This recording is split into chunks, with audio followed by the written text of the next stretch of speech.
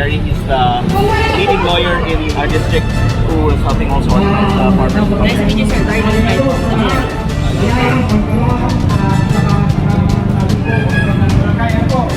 Alam niyo naman po, kaya tayo nandito, dahil gusto natin suportahan ang ating unang distrito.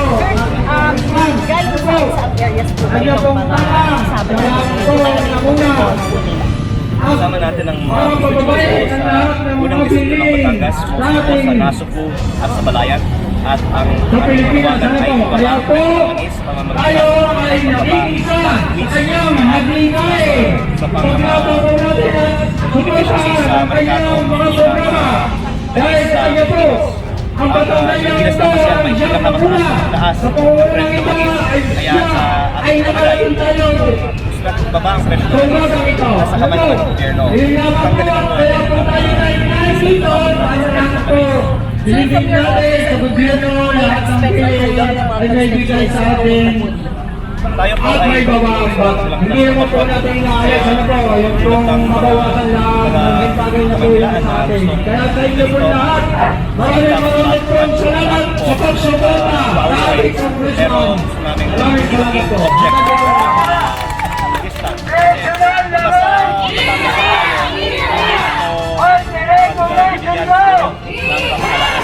Pero kung nandito tayo sa Maynila, sana mapakinggan natin na pamahalaan ang gusto ng mga taga-Batangas. What does it say po about the need of your constituents or the people from the Batangas? Kailangan kanilang pupunta dito just to call on the government for electoral action. Nalulungkot ako talaga na nagsasakripisyo ang ating mga kababayan para lang makiusap, hindi para sa alila, pero para ibaba ang na pinakolekta para sa ating lahat. At ito po ay sana mapagpapahan kung mabibigyan ng gobyerno ang pinag-usap ang ating mga kababayan. At I really hope that they will have empathy for the struggles of the Filipino people. Suportahan po natin siya. Talaga nararamdaman po natin.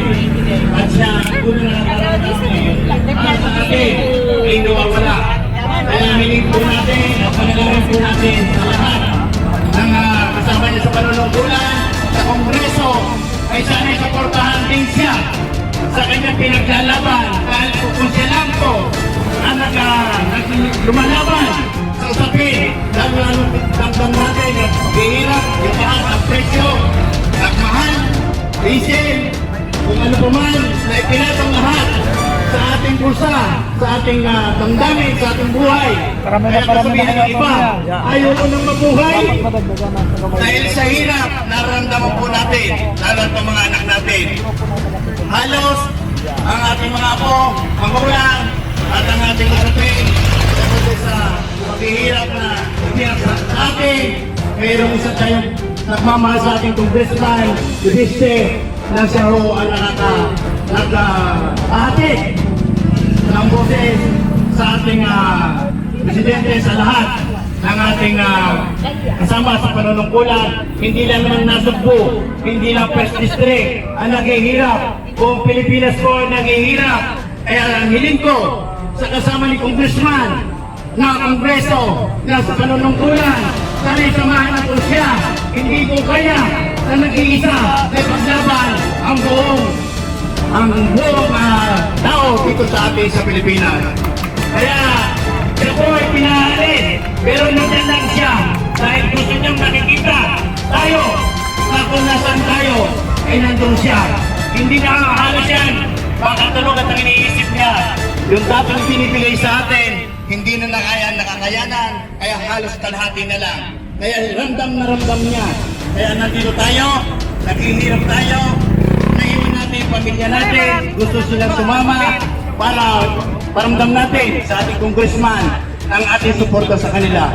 Kaya ibulong nyo lahat at sa ating pang nakakarinig. Lalo na po sa amin, sa ating sanasod po, sa siyam na barangay, isa po yan, sa problema ho namin pinaglalaban ni Sir. Yung tungkol sa lupa namin, siyam na barangay po, alam natin may problema yan. Kaya ang usapin mo yan ay isang pinaglalaban ng ating Guzman. Nandito tayo para ipaglaban at para yung sa atin, huwag nang kuhanin at ibigay na.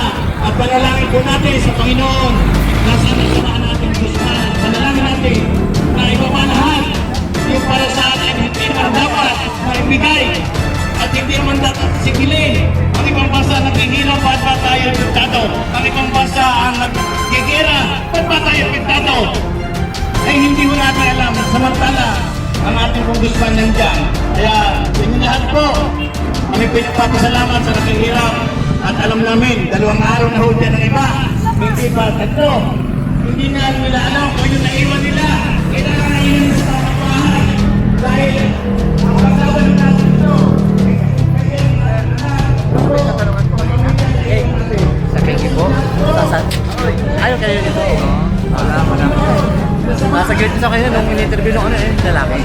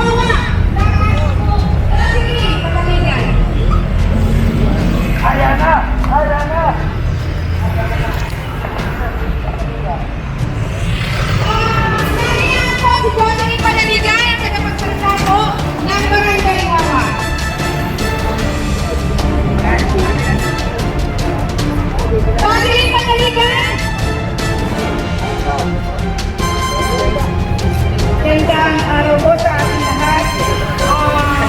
Kami po, aming mga kabarangay ay sumama po para sa lakad na ito upang sasabihin sa ating gobyerno ang hinanain ng bawat isa. Lalong-lalo na po ang mga umaasa lamang sa na ginagamit ay ang petrolyo.